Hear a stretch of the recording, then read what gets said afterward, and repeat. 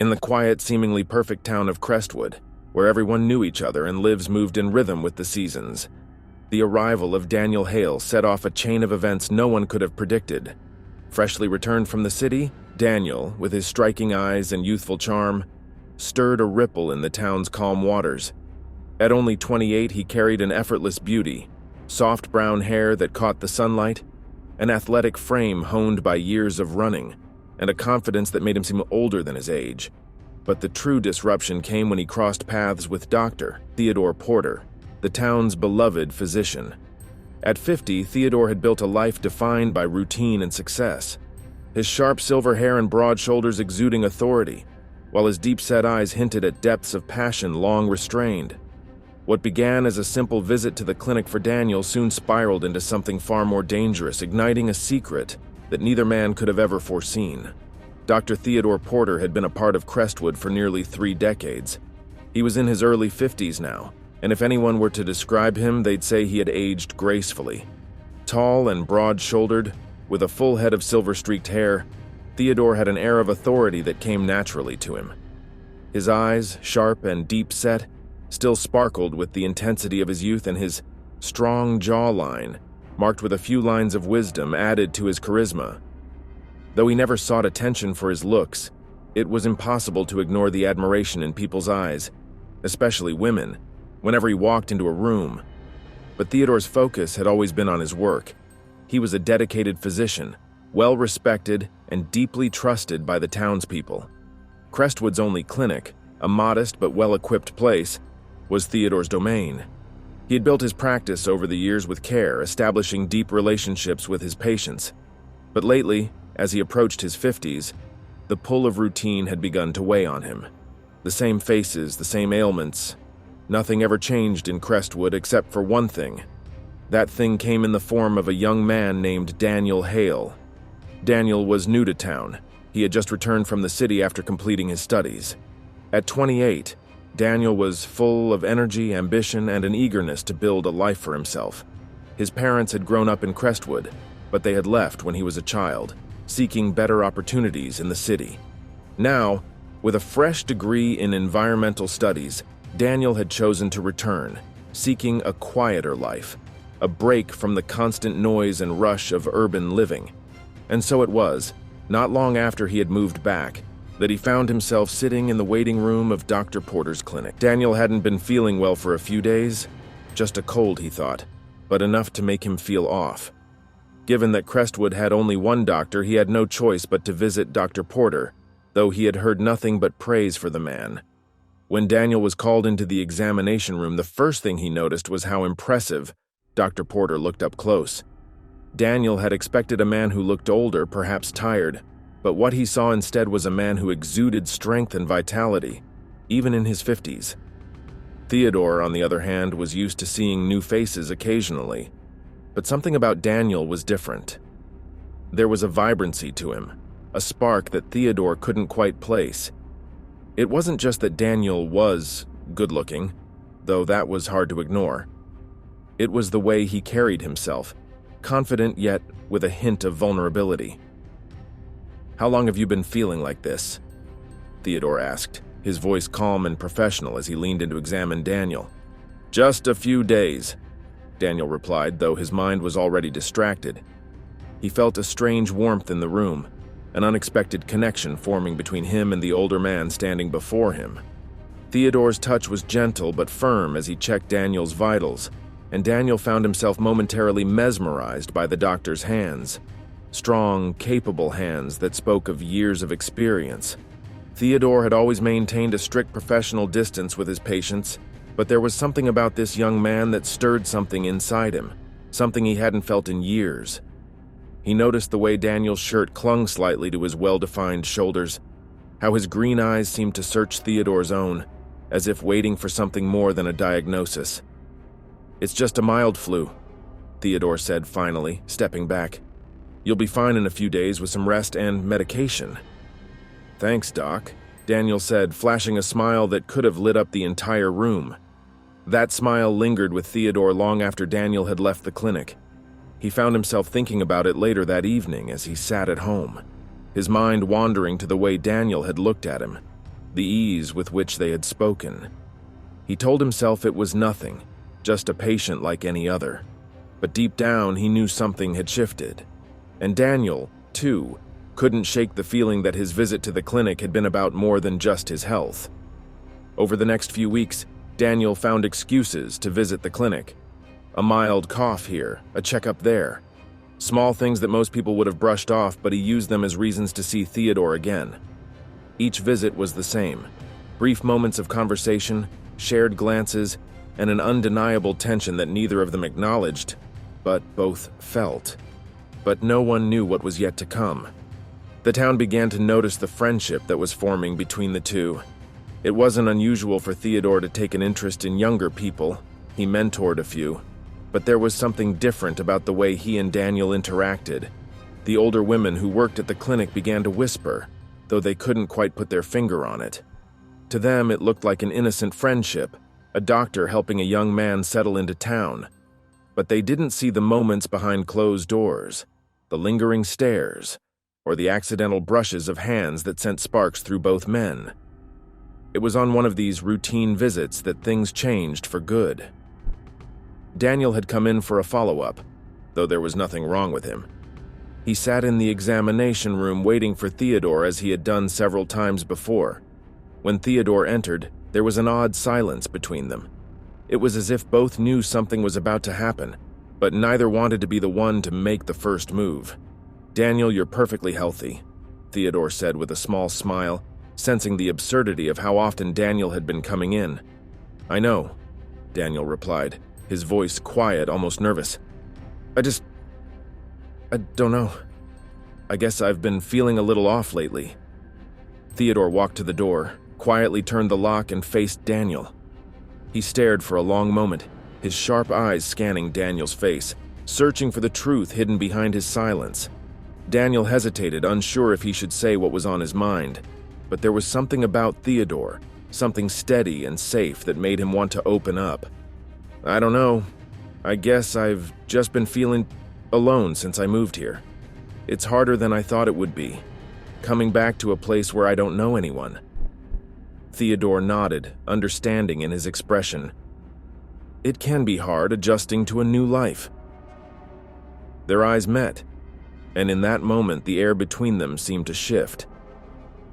Daniel's pulse quickened, and he noticed the way Theodore's gaze lingered on him just a second too long. It was the first time either of them had allowed the tension between them to rise to the surface, and neither was sure what to do next. "You're not alone," Theodore said, his voice softer now, almost a whisper. "You have me." It was a simple statement, but it was enough to break the dam that had been building between them. In a moment of impulsive need, Daniel leaned forward and kissed Theodore. It was quick, hesitant, but full of the longing that had been building over weeks of unspoken feelings. Theodore pulled back, stunned. For a brief moment, they both stood there, breathless, the weight of what had just happened sinking in. "Daniel," Theodore began, his voice shaking slightly. But Daniel didn't let him finish. "I'm sorry," he said quickly, standing up, his face flushed with embarrassment. "I shouldn't have. I'm sorry." Before Theodore could say anything, Daniel had turned and left, the door closing behind him with a soft thud. Theodore stood there in the empty room, his mind racing.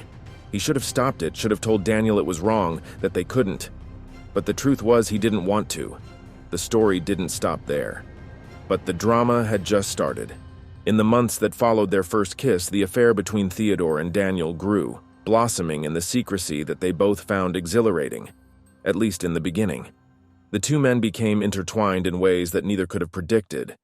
Theodore, with his years of experience, remained the confident one, maintaining his calm exterior, while Daniel, youthful and eager, threw himself into the relationship with reckless abandon. Their meetings became a ritual.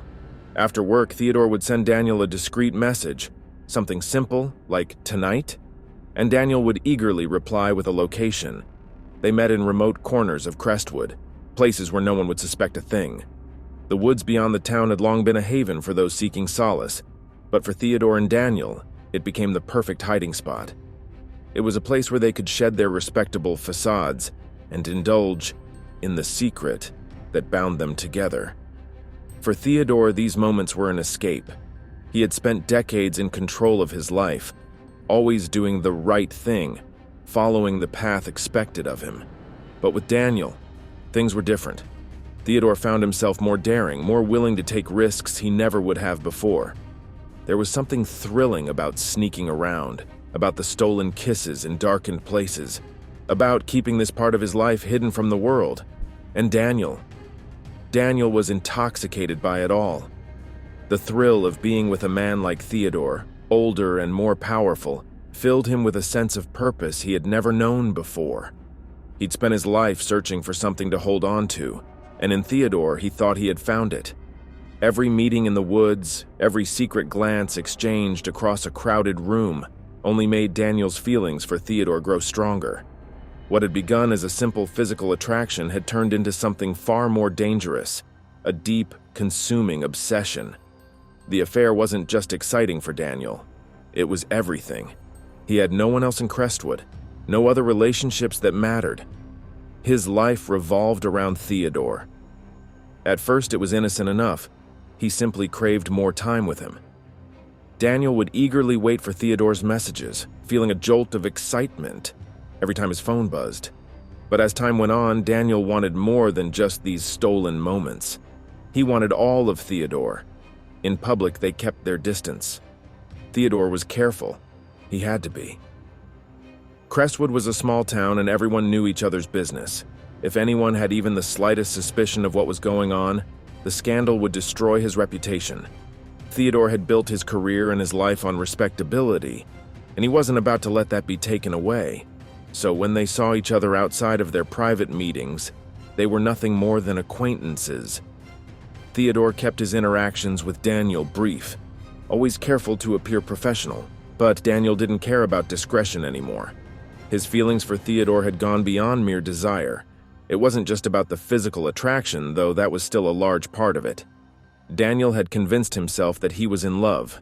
Deep, undeniable love.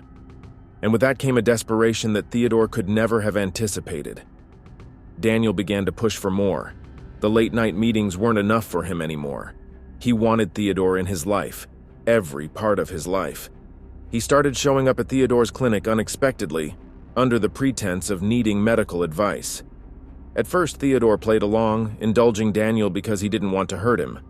But as Daniel's visits became more frequent, Theodore started to feel uneasy. "You can't just show up like this," Theodore warned him one evening, after Daniel had dropped by his house unannounced. They were in Theodore's living room, the curtains drawn tightly to keep the rest of the world out. "People are going to start noticing."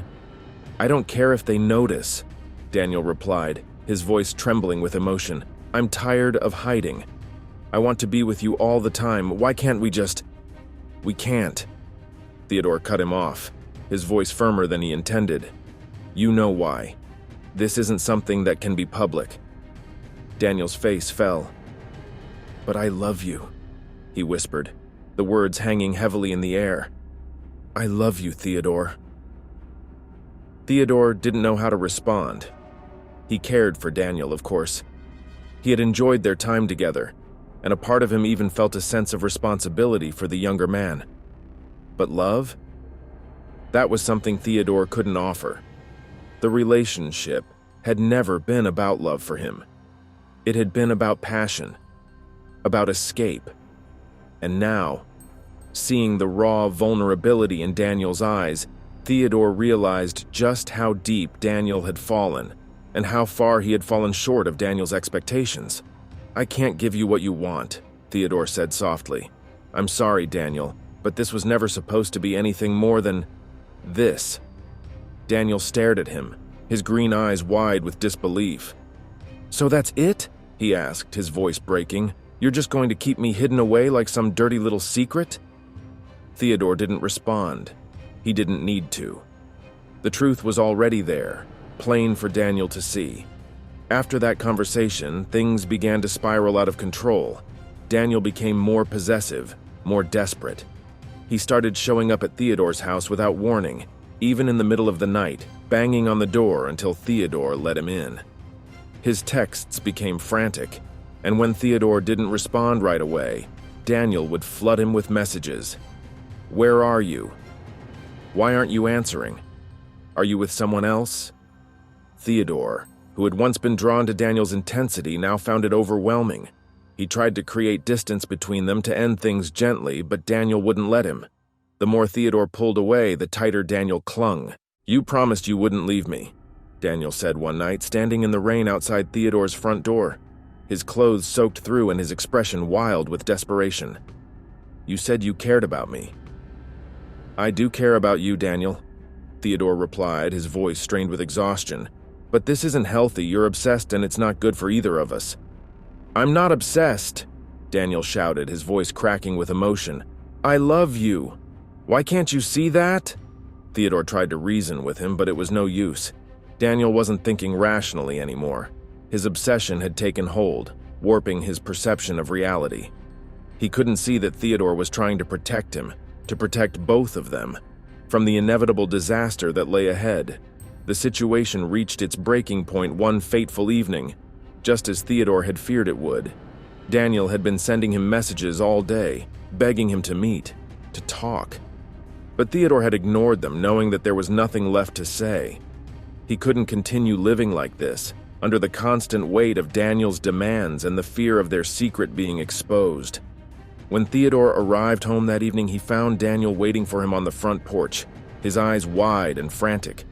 He hadn't even bothered to knock. He had simply sat there, waiting, in the cold. "What are you doing here?" Theodore asked, his voice weary. "We need to talk," Daniel said, standing up and stepping toward him. "You've been ignoring me. I've been trying to reach you all day and you've just been... What, avoiding me? Pretending I don't exist?" Theodore sighed, rubbing a hand over his face. "Daniel, we've talked about this. I can't do this anymore. You need to let go." "Let go?" Daniel's voice was shrill, almost hysterical. "Let go? I've given everything to you. I love you. How can you just walk away from that?" Theodore stepped back, suddenly aware of the danger in Daniel's eyes. He had seen this kind of intensity before, in patients who were teetering on the edge of control. He had never thought Daniel capable of violence, but in that moment he wasn't sure anymore. "Daniel, please," Theodore said, his voice calm but firm. "You need to go. This has gone too far." But Daniel wasn't listening. He lunged at Theodore, his hands grabbing for the older man's shoulders in a desperate attempt to keep him there. The force of the attack caught Theodore off guard, and the two men stumbled back into the house, crashing into the coffee table. In the chaos, Theodore felt something sharp under his hand, a letter opener that had been lying on the table. Without thinking, he grabbed it, his instincts kicking in as Daniel tried to wrestle him to the ground. "Stop!" Theodore shouted, his voice filled with panic. "Daniel, stop!" But Daniel didn't stop. His hands were around Theodore's neck now, squeezing tighter, his breath hot and ragged against Theodore's skin. And in that moment, with his vision blurring and his lungs burning, Theodore did the only thing he could think to do. He thrust the letter opener into Daniel's side, the blade sinking deep into flesh. Daniel gasped, his grip loosening as he staggered back, his eyes wide with shock. Blood soaked through his shirt, pooling on the floor beneath him as he collapsed, his body convulsing once before going still. Theodore stood there panting, the letter opener still clenched in his hand, staring down at the lifeless body of the man who had once claimed to love him. For a long moment after Daniel's body hit the floor, the world around Theodore Porter seemed to freeze. The air in the room felt thick, and all he could hear was the rapid beating of his own heart. His chest tightened as if the walls of his house were closing in on him, squeezing the breath out of his lungs. He stared at Daniel, blood still pooling from the wound, his youthful face pale and unmoving. The young man who had once looked at him with so much desire and affection now lay lifeless, his eyes half open, but empty. The sight sent a wave of nausea through Theodore, and the letter opener slipped from his shaking hand, clattering against the floor. What had he done? Theodore's mind raced, scrambling for an answer, for a way to undo what had just happened. But there was no undoing it. He had killed Daniel. The truth of it settled into his bones, heavy and inescapable. He couldn't breathe, couldn't think. His world, once so orderly and controlled, had shattered in an instant. And then came the panic. He had to move. He had to do something, the realization that this was now his reality, that Daniel was dead and he was responsible, pushed Theodore into motion. His first instinct was to call someone, anyone. He grabbed his phone, his fingers trembling as he scrolled through his contacts, but he stopped. Who would he call? Who could he trust? The thought of explaining this to anyone, to the police, to his colleagues, was unbearable. No one could know. It was an accident, he told himself. It hadn't been intentional. He hadn't meant for this to happen, but if anyone found out, they would see him as a murderer. His reputation, his career, everything he had worked for would be destroyed. The small town of Crestwood would never look at him the same way again. Theodore stood over Daniel's body, paralyzed by indecision. He knew he had to clean up the mess, but how? The idea of moving the body filled him with dread, but leaving Daniel there, lifeless on the floor, was even worse. He couldn't look at him. He couldn't bear the thought of what he had done. His mind raced through his options. He could call the authorities and tell them it had been self-defense. Daniel had attacked him, after all, but Theodore knew how it would look. He was an older man, well-respected in the community, and Daniel was a young, passionate man who had been obsessed with him. They had been having an affair, something that would come out in the investigation. Theodore's reputation would be ruined. His life as he knew it would be over. No, he couldn't call anyone. He had to take care of this, himself. With a shaking breath, Theodore forced himself to move. He grabbed an old tarp from the garage, dragging it into the house. Every step felt heavy, like he was moving through quicksand. His body wanted to shut down, to give in to the horror of the situation, but his mind kept pushing him forward.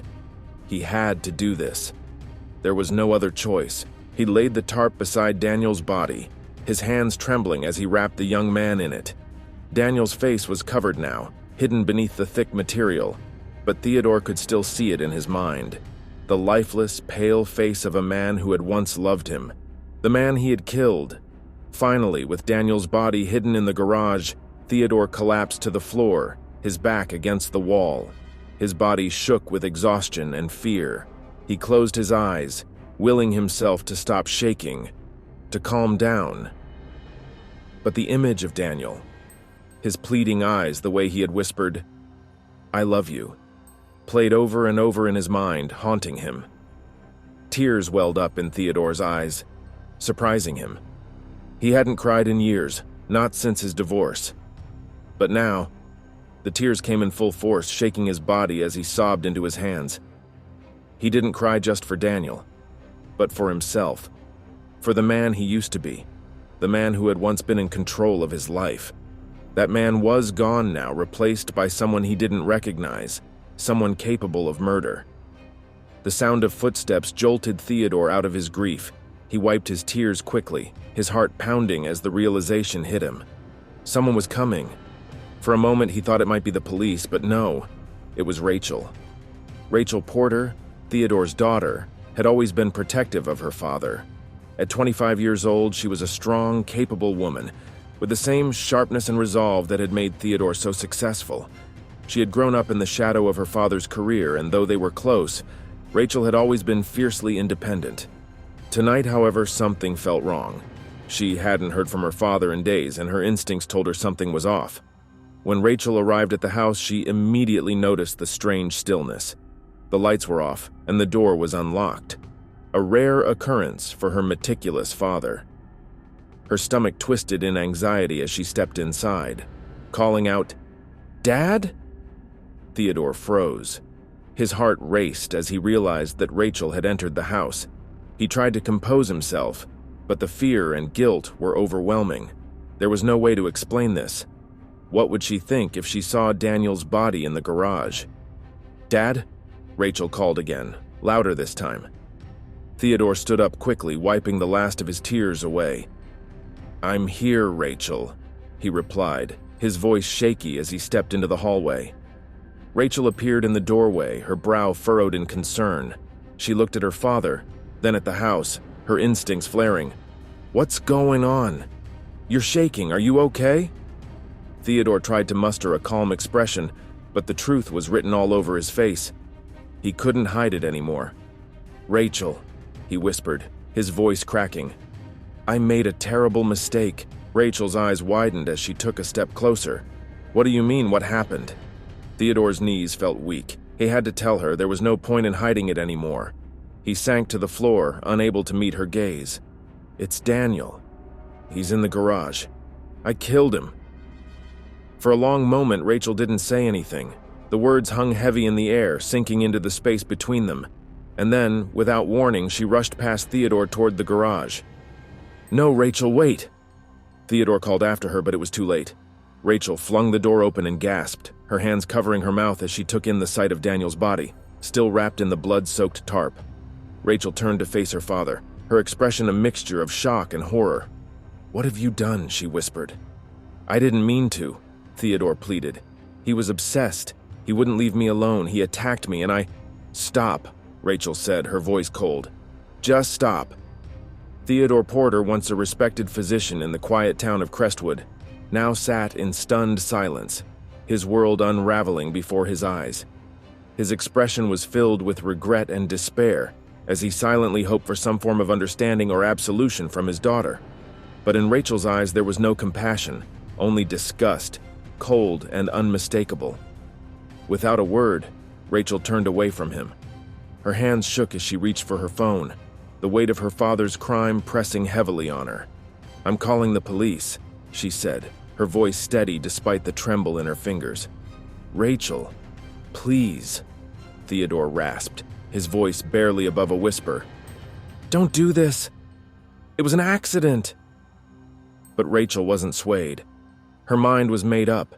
She dialed the number with trembling fingers, her face pale but resolute as she reported the crime. Theodore crumpled to the floor, utterly defeated. There was no escaping what he had done. His life as he had known it was over. The truth, cold and undeniable, had finally come to light. In the aftermath, Theodore was sentenced to life in prison, with no possibility of parole. The trial had captivated the media, and the public was left shocked by the extent of his actions. His once respected reputation was shattered, his name now synonymous with betrayal and violence. Former friends and colleagues distanced themselves, unable to reconcile the man they thought they knew with the man who now sat behind bars. The family he had left behind struggled to rebuild their lives, haunted by the tragedy that had unfolded. The house where Theodore once lived, a place that had been filled with warmth and laughter, stood abandoned, a grim reminder of the darkness that had taken root there. In the quiet of his prison cell, Theodore faced the weight of his guilt every day. The crime that had destroyed so many lives had also destroyed his own. His downfall became a lasting warning. No secret stays, buried forever, and when the truth finally emerges, it can tear everything apart.